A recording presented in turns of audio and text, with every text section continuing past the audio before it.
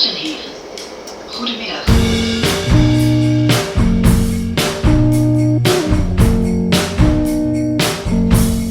Hoi hoi, hello and welcome to the Meet Maastricht podcast.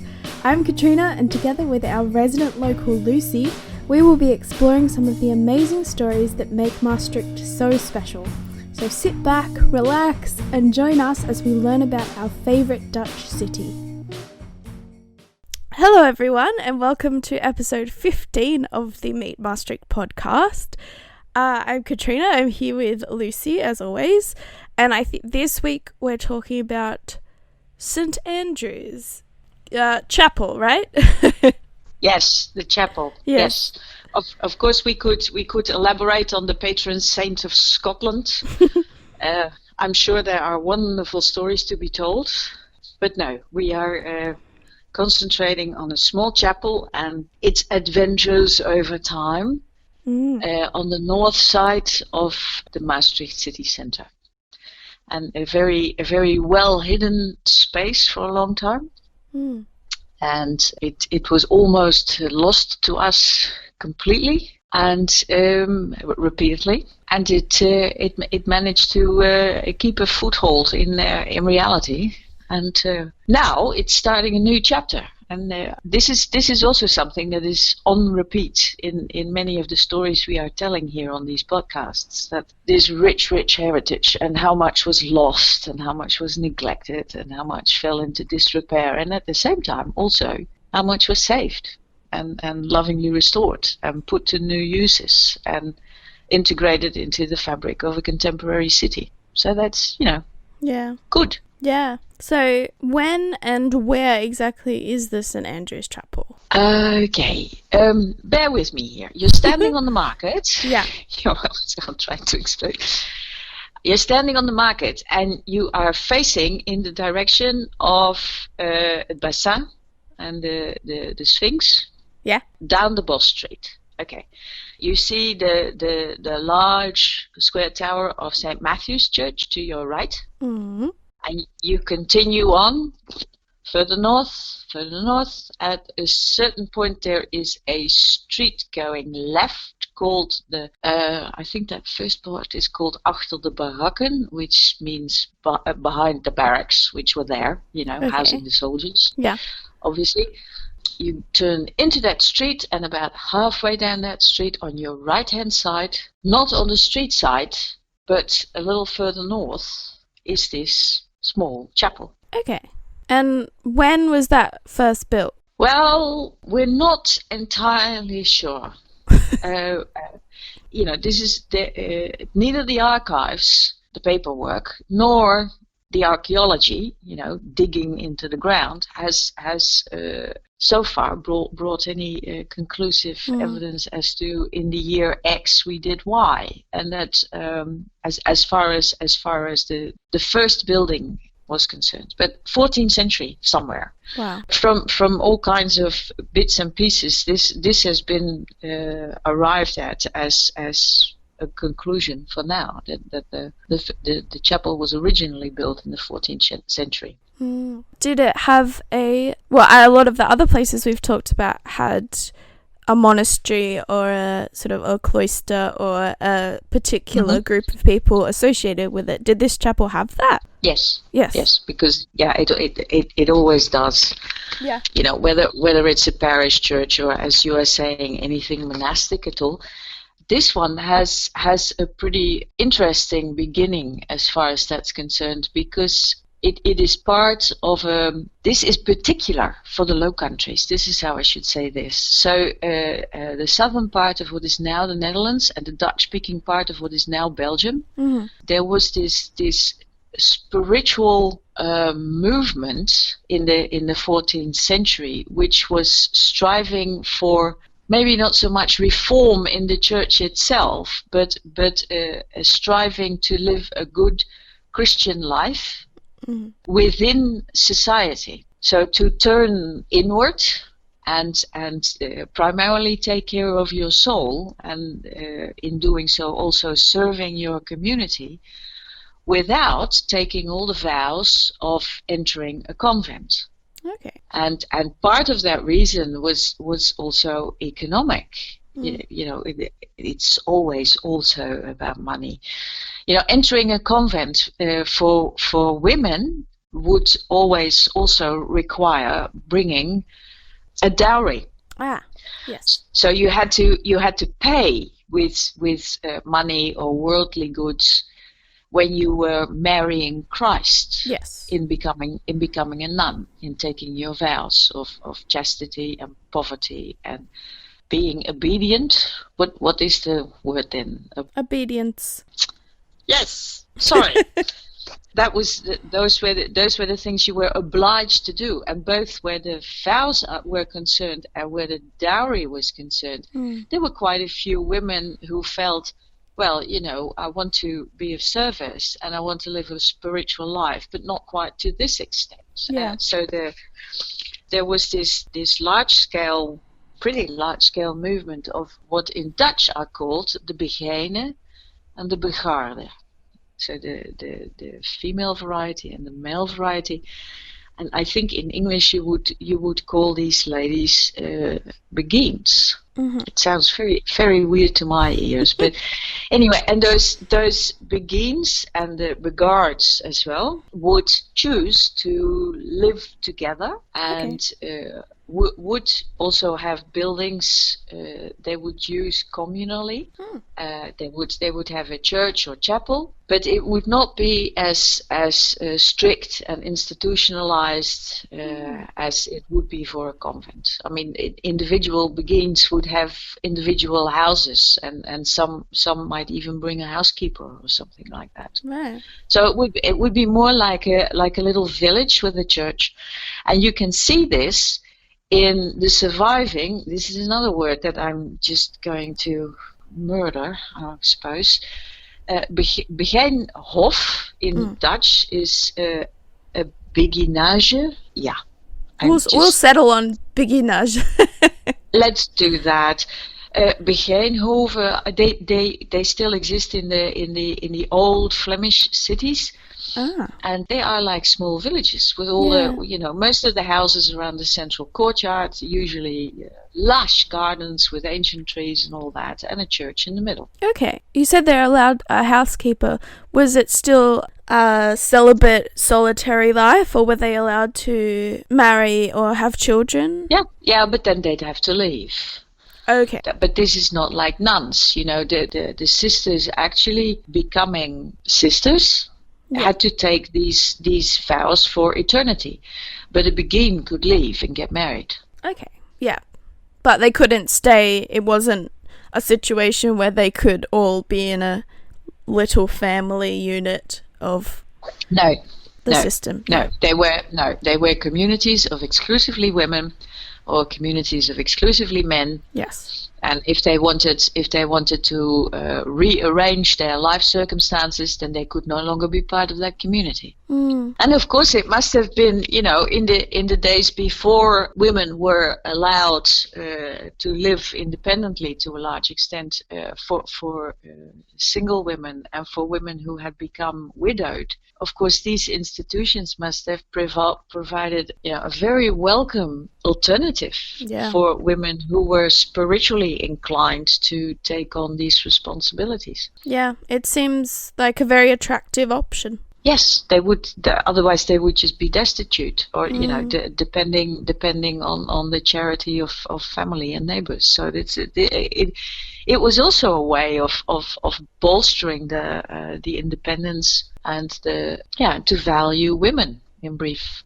And we'll see this as that's definitely the theme of this one. It is, and it remained to a large extent, a woman's place. So that's very interesting. It's a recurring theme down the centuries. The crucial role of women here. Yeah, and has it always been associated with St. Andrew? It has always had that name. Yeah. And I've been hunting about for an explanation as to why that is so, and I haven't found it. So if any of our expert listeners have an idea, please tell us. Yeah, it'd be really interesting. This relative freedom of the beguines only lasted a very short time, because it was already in the 15th century that the church authorities were saying, we can't have this. All this, who are you supposed to obey in the church hierarchy, and what rules exactly are you following? And we don't really, in this city it's done like this, and in another city it's done like that. We can't have that. So this was the male hierarchy, here we go again, bearing down on this stuff that was too loose for them. And they were, all these communities were forced to take on a monastic statute. Okay. And many of them took on the statute of the Franciscan order. Mm-hmm.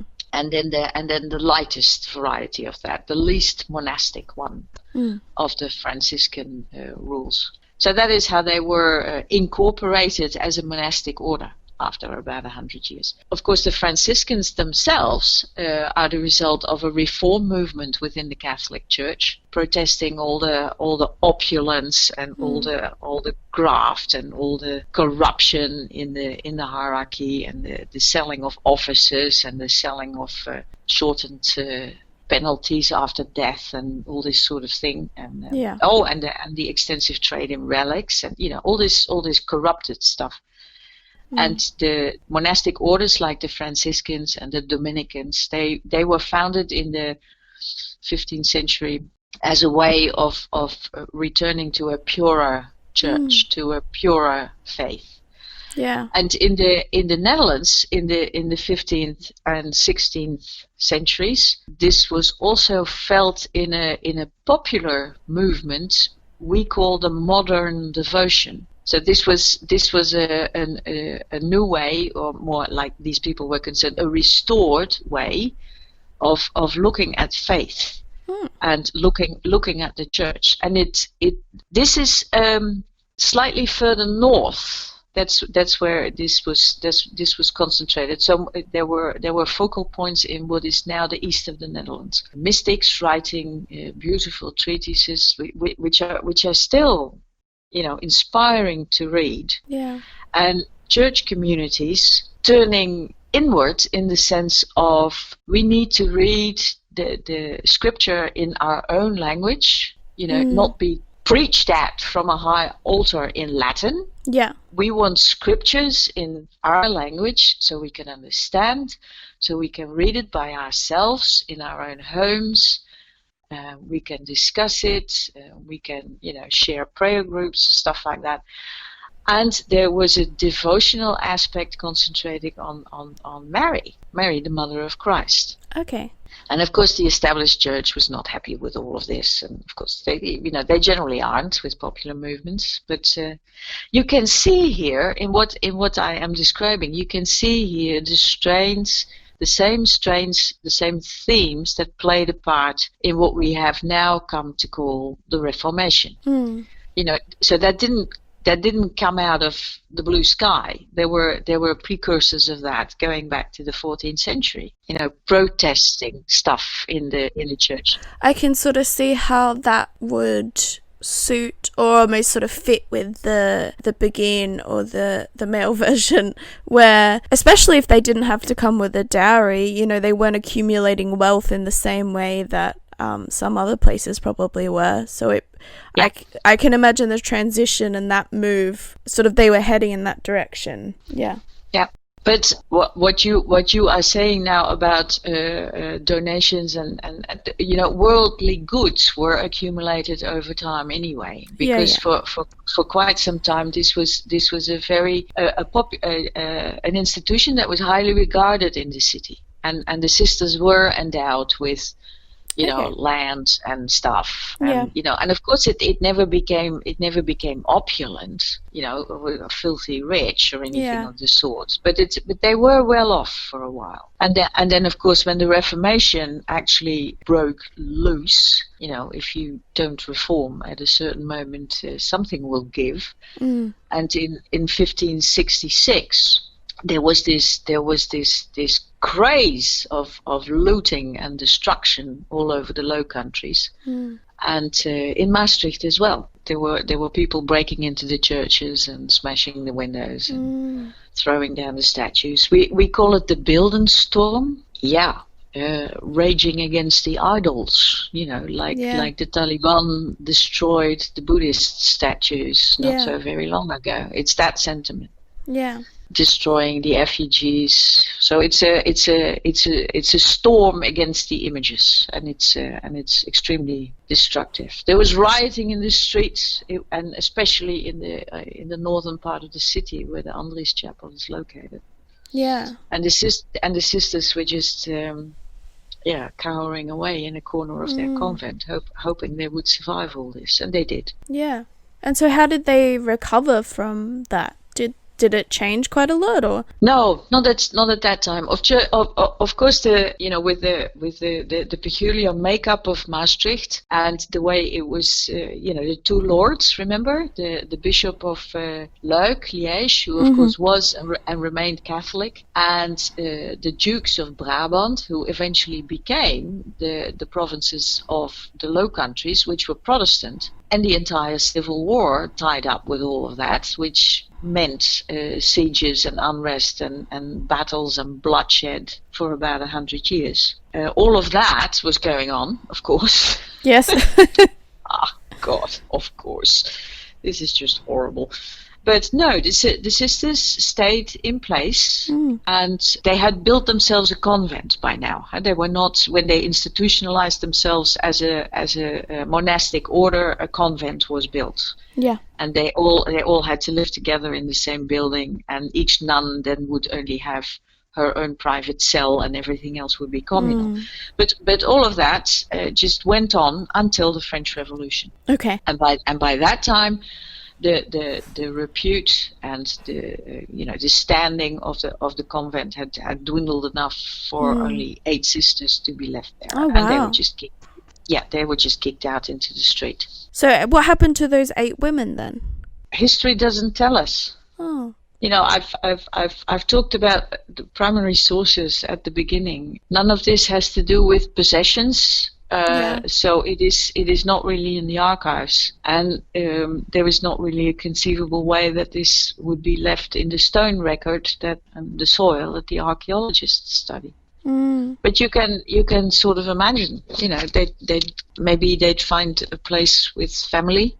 Yeah. Maybe they would still have some financial resources to rent a place, maybe stay together. I can't tell you, and that's not because I can't remember it in this moment and read it earlier, but it's there's no mention of that. Yes, sad, happens all the time, sadly enough. Anyway, let's pick it up, because there's still 200 years to go. Okay. Yeah. What happened next, Lucy? What happened next? Yes, the French occupying forces / rulers used the buildings as storage places for the army, so artillery and stuff.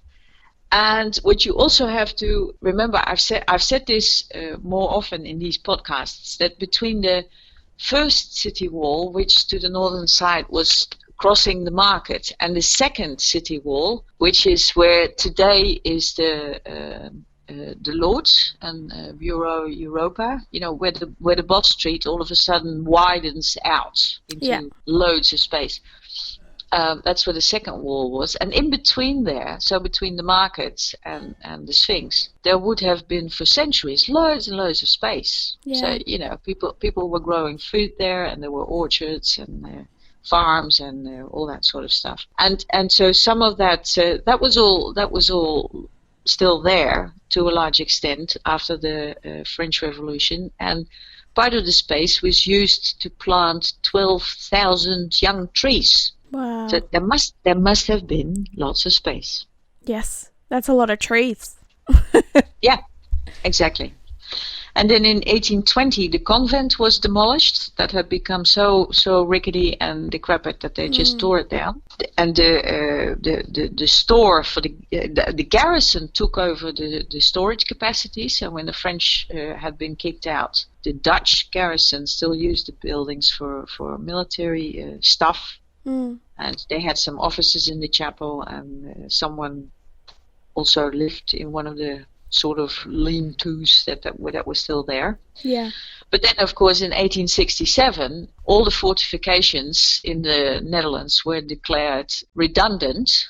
So the garrison didn't need all these buildings anymore. It seems that this is really a time of we don't really know what to do with it, and there's stuff in it, and let's just leave that there until we figure out what to do with it. So it was only emptied out in 1893.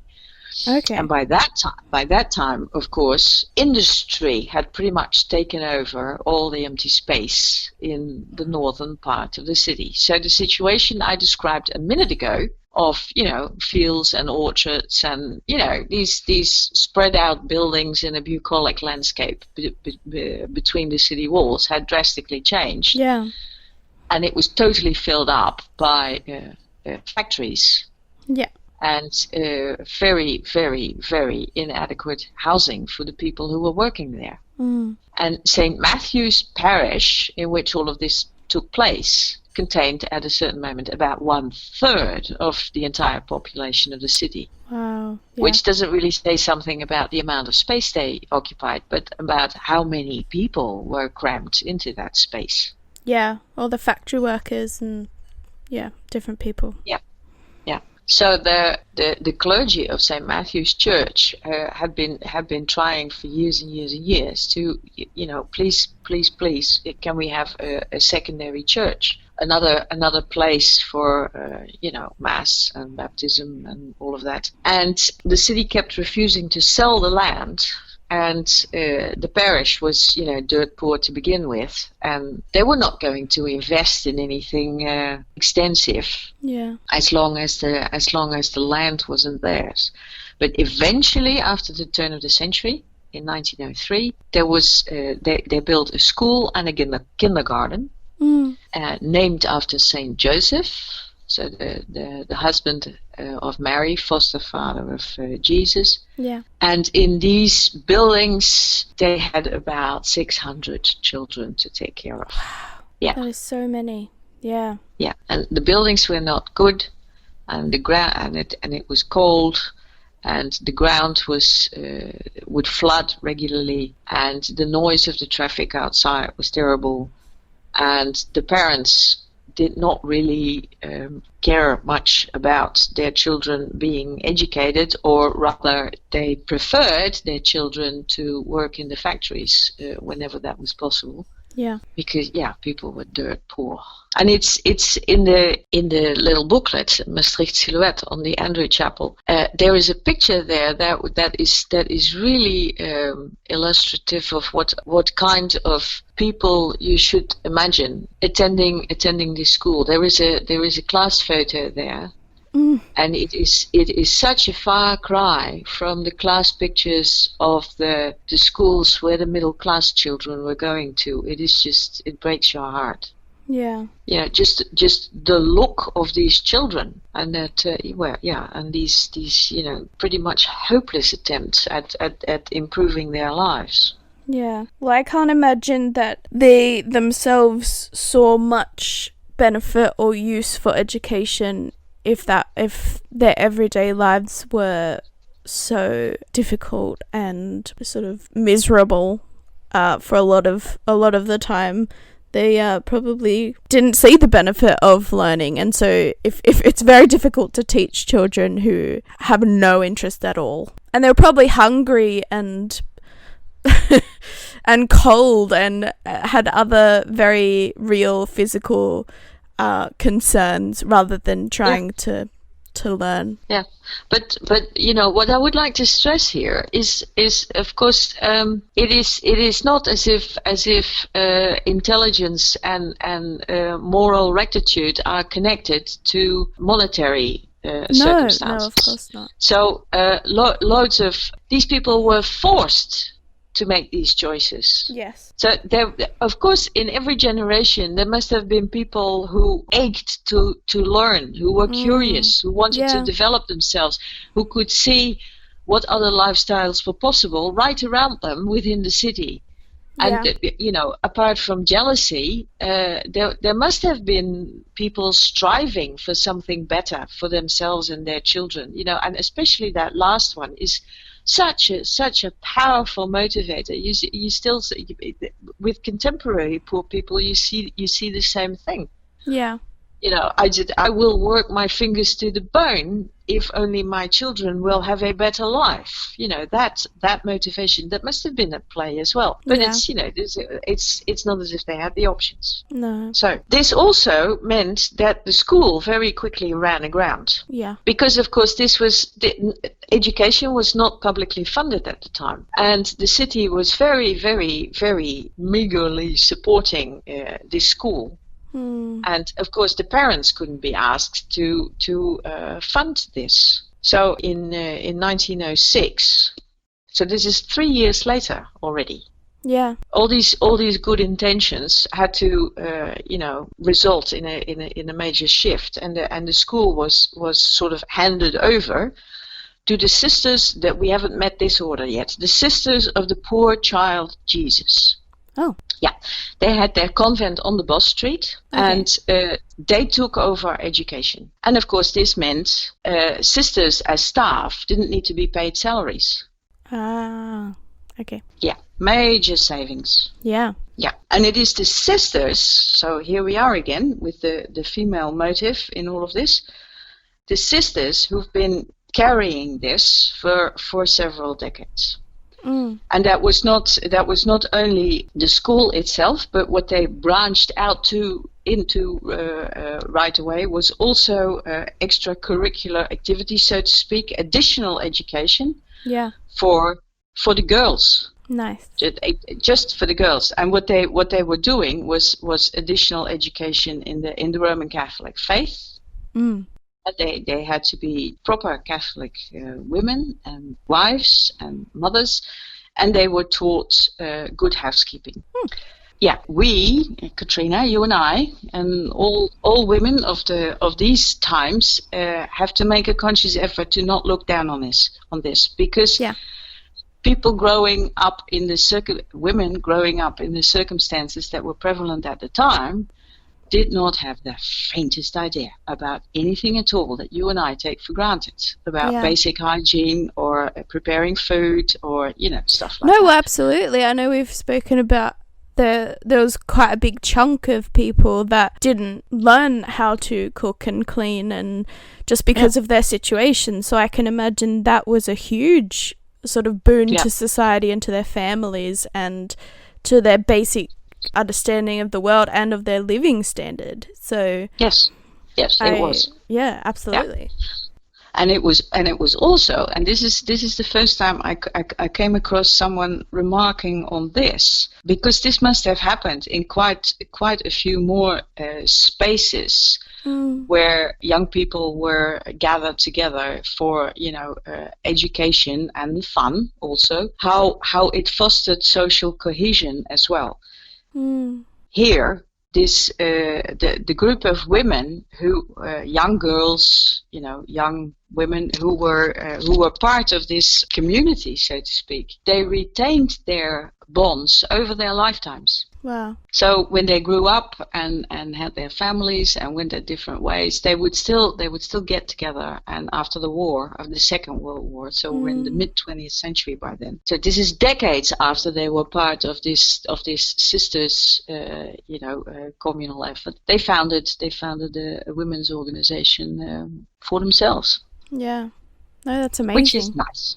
Yeah. Yeah. And so what happened with St. Andrews after the wars, in the later 20th century? In the 1950s, things just, the organizational aspect was secularized. So the parish sort of had nothing to do with administration or funding at all anymore. But the sisters stayed on until the 1960s. And there's this legendary sister, Clara Christofora, which is probably still remembered by people who grew up in the neighborhood in that time. Yeah. Yeah, we'll have to check sometime. Do you remember Sister Krista? People are going Clara, Sister Clara. I'm sorry. See if you can dig up a picture of her. Yeah, I'll have to find one. What they did continue using the buildings for continuously, this concentration of education and healthcare, of youth care. Yeah. So the chapel pretty much was for several decades. It was the children's church of the St. Matthew's parish. Ah. That meant the sisters of the Maastricht sent their girls, and the brothers of the Bayard sent their boys, and there were children's masses every day and celebrations of First Holy Communion and all of that stuff. Oh, nice. But it was the school itself already became redundant in the 1930s. Okay. Yeah, and in the 1940s, the church activities ceased in the chapel, and it was used as a storehouse again, and a neglected, out of the way corner of the city, which also helped an onderduiker, someone who went into hiding during the Second World War there, managed to survive the war in that way, by hiding in the chapel. Wow. But meantime, over the 40s and the 50s, the chapel was deteriorating. Everything of value in the interior disappeared, and the pictures of that time are just shocking. You know, trees growing through the walls and windows falling out, and part of the roof gone, and people were scandalized by this as well. But still, in the 1950s, at least twice, the municipality gave permission to tear it down. Okay. Yeah. And that didn't happen? No, because then fierce resistance from historians and history and Maastricht lovers prevented that. Wow. So it was not as if this was going unnoticed. People were worried and upset about this, and when the city was about to flatten the place, they weren't going to have that. And plans and plans and plans and plans and plans and plans, and nothing actually happened. Yeah. Until the 1980s. Okay. And then they had this. They found a use for it, and that must have helped to get the funds for the restoration together. Yeah. From the national government and province and the city and everywhere and everybody, and let's all chip in. And then the place was very, very thoroughly researched. So we have loads of information now on the building history. Yeah. All these bits and pieces from all the periods that the building has been standing. Restoring also means preserving. Yeah. And of course the ideas about restoration of the 1980s were applied, which I think are still completely sensible, and which I suppose are also still at play today. And that is, you show everything. So, all the bits and pieces from all the different periods are not plastered over. They are on view. Yeah, no, I definitely think that's something that I appreciate when I look at a building. I know some people think it looks a bit hodgepodgey and would rather things to look all neat and coherent and sort of pretty, but I like seeing I think it's important to show your work, basically, to show the bits you fixed and the bits that are from different eras. Yeah. And another principle of this type of restoration is that you maintain the most recent editions as well. Yeah. So it's not. Yeah, we think that. For instance, Maastricht has had raging debates about this. We hate the neo-Gothic editions, tear them down. Okay. And no, we're going to leave the neo-Gothic in place. Oh, yeah. God. Yes. Are you one of those people, Lucy? Do you hate the neo-Gothic editions? I am still torn. all my life, I'm still torn about this, and it's a position that many of us hold, and so it's what you end up with is a sort of let's find the middle ground. Yeah. And Yeah, it's definitely a balance, I think, as with all things. Yeah. Yeah. And the last element of this prescription, so to speak, is to add only the necessities. And so the building needs to be structurally safe, and it is. And buildings that are where marlstone, the soft sandstone of this region, are used. Yeah. Require restorations about once a century, so it will continuously need to be looked after, and it is. I'm happy to report, because the last chapter, the contemporary chapter in the life of this lovely little church, is that it has now become a space for art and design. Yeah, and that involved a huge renovation campaign, which drastically modernized the interior. Okay. And we will include the website of the present occupants. Yeah. And you can go and have a look at what they did with the place. I think it is breathtakingly beautiful.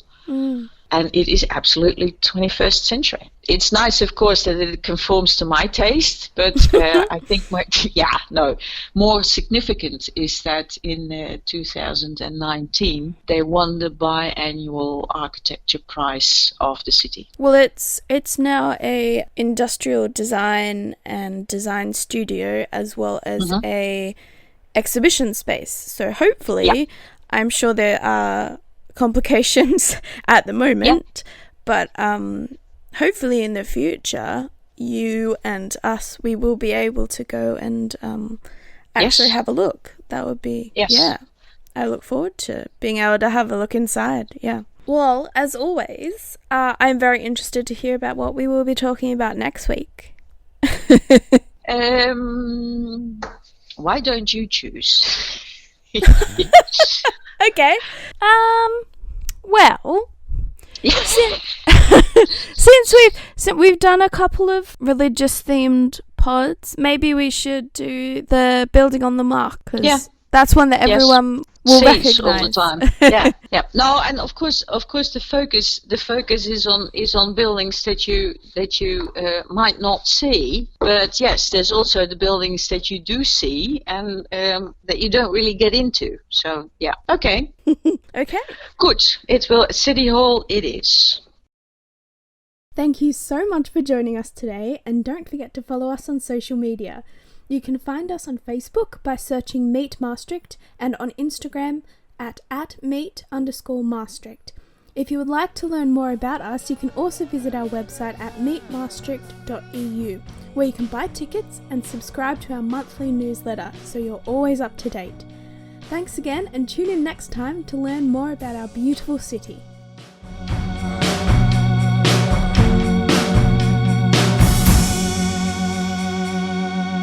Tot ziens.